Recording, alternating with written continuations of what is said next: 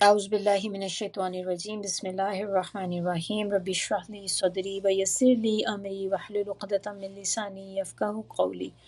آج ہم لوگ کر رہے ہیں اس کی کنٹینیویشن، جو ہم دجال کا ہم نے ٹاپک کیا ہوا ہے۔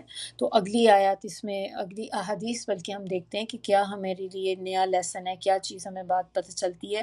تو آج کا ہم نے جو کرنا ہے اس میں ہم دجال کا حلیہ دیکھیں گے کہ اس کا گیٹ اپ کیسا ہوگا، وہ دیکھنے میں کیسا لگتا ہوگا۔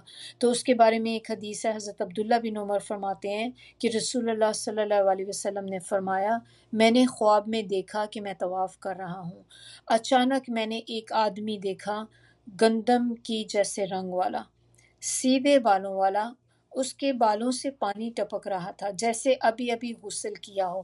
میں نے پوچھا کہ یہ کون ہے؟ انہوں نے بتایا کہ یہ عیسیٰ ابن مریم ہے۔ پھر میں نے دوسری طرف توجہ کی تو ایک سرخ رنگ کا موٹا آدمی نظر آیا جس کے سر کے بال گھنگریالے تھے، آنکھ کانی تھی جس طرح پھولا ہوا انگور ہو۔ میں نے پوچھا یہ کون ہے؟ تو انہوں نے جواب دیا کہ یہ دجال ہے۔ یہ بخاری کی حدیث ہے۔ اور ایک اور حدیث ہے جس میں حضرت انس کہتے ہیں کہ نبی اکرم صلی اللہ علیہ وسلم نے فرمایا، کوئی نبی ایسا نہیں آیا جس نے اپنی امت کو کانے اور جھوٹے سے نہ ڈرایا ہو، یعنی کہ یہ کانا اور جھوٹا جو ہے دجال ہے، ورن کہ ان سے نہ ڈرایا ہو، آگاہ رہو وہ کانا ہوگا اور تمہارا رب کانا نہیں ہے۔ دجال کی دونوں آنکھوں کے درمیان کافر لکھا ہوگا۔ یہ بھی بخاری کی حدیث ہے۔ اب اس سے کیا مطلب ہے؟ نبی صلی اللہ علیہ وسلم نے یہ کیوں کہا کہ دیکھو وہ کانا ہوگا اور تمہارا رب کانا نہیں ہے؟ کیونکہ جب دجال آئے گا تو وہ آ کر لوگوں کو کیا کہے گا؟ وہ کہے گا میں خدا ہوں، مجھے خدا مانو، اور وہ اپنی ایسی ایسی نشانیاں دکھائے گا کہ جس سے انسان دنگ رہ جائیں گے، کیونکہ یہ وہ چیزیں ہوں گی جو اللہ کے علاوہ کوئی نہیں کر سکتا، جیسے مردہ کو زندہ کر دینا، فیملی ممبرز جو آلریڈی مر چکے ہیں ان کو واپس لے آئے گا، اسی طرح بارش کا کر دینا، بارش تو دیکھیں اللہ کے سوا کوئی نہیں کر سکتا، اور اسی طرح رزق دینا، یہ ساری چیزیں جو ہیں وہ کر کے دکھائے گا، یہ چیزیں کہ جس سے انسان خود اس وقت اتنا کنفیوز ہو جائے گا کہ شاید یہی رب ہے۔ تو اللہ نبی صلی اللہ علیہ وسلم نے یہاں پہ کیا بات بتائی کہ تمہارا رب کانا نہیں ہے۔ یہ بات ذہن میں رکھنا کہ جب آپ اس کو دیکھیں گے آپ کو ہوگا کانا ہے، تو یہ رب ہو ہی نہیں سکتا، جو بھی ہے یہ دھوکہ ہے۔ تو تاکہ ہمیں اس لیے الرٹ کیا جا رہا ہے تاکہ اللہ نہ کرے اگر ہمارے سامنے یہ وقت آ جاتا ہے تو ہمیں پتہ چل سکے کہ یہ اصل رب ہے۔ پھر دجال کے سر پہ جو ہیں بہت زیادہ بال ہوں گے۔ یہ ہمیں ایک حدیث سے پتہ چلتا ہے کہ حضرت حذیفہ کہتے ہیں کہ رسول اللہ صلی اللہ علیہ وسلم نے فرمایا، دجال بائیں آنکھ سے کانا ہے، اس کے سر پہ بہت زیادہ بال ہوں گے اور اس کے ساتھ جنت اور جہنم ہوگی، خبردار اس کی جہنم جنت ہوگی اور اس کی جنت جہنم ہوگی۔ ابن ماجہ کی یہ روایت ہے۔ اگلی حدیث اس کے بارے میں جو ہے وہ ہے کہ حضرت ابو ہریرہ کہتے ہیں نبی اکرم صلی اللہ علیہ وسلم نے فرمایا، کیا میں تمہیں دجال کے بارے میں ایسی بات نہ بتاؤں جو اس سے پہلے کسی نبی نے اپنی امت کو نہ بتائی ہو؟ وہ یہ ہے کہ دجال کانا ہوگا، وہ اپنے ساتھ جنت اور جہنم جیسی چیزیں لے کر آئے گا، جسے وہ جنت کہے گا دراصل وہ جہنم ہوگی، اور جسے وہ جہنم کہے گا وہ جنت ہوگی۔ یہ صحیح مسلم کی ہے۔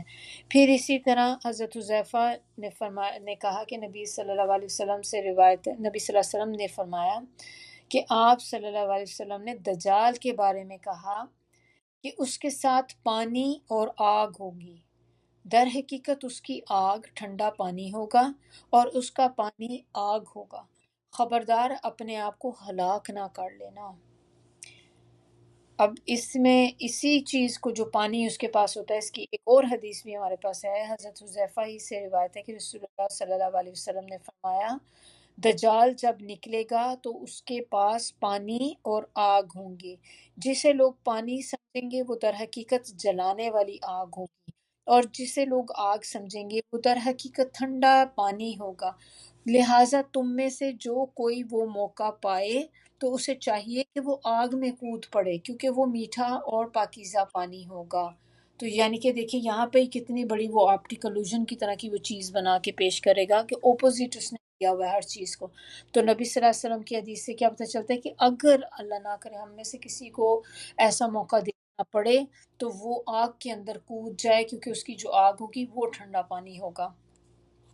اب اس کے بعد میں ایک حدیث ہم اور کریں گے اس کی، پھر انشاءاللہ باقی نیکسٹ ٹائم کریں گے۔ تو حضرت نواس بن سمعان کہتے ہیں کہ ایک روز رسول اللہ صلی اللہ علیہ وسلم نے دجال کا ذکر فرمایا۔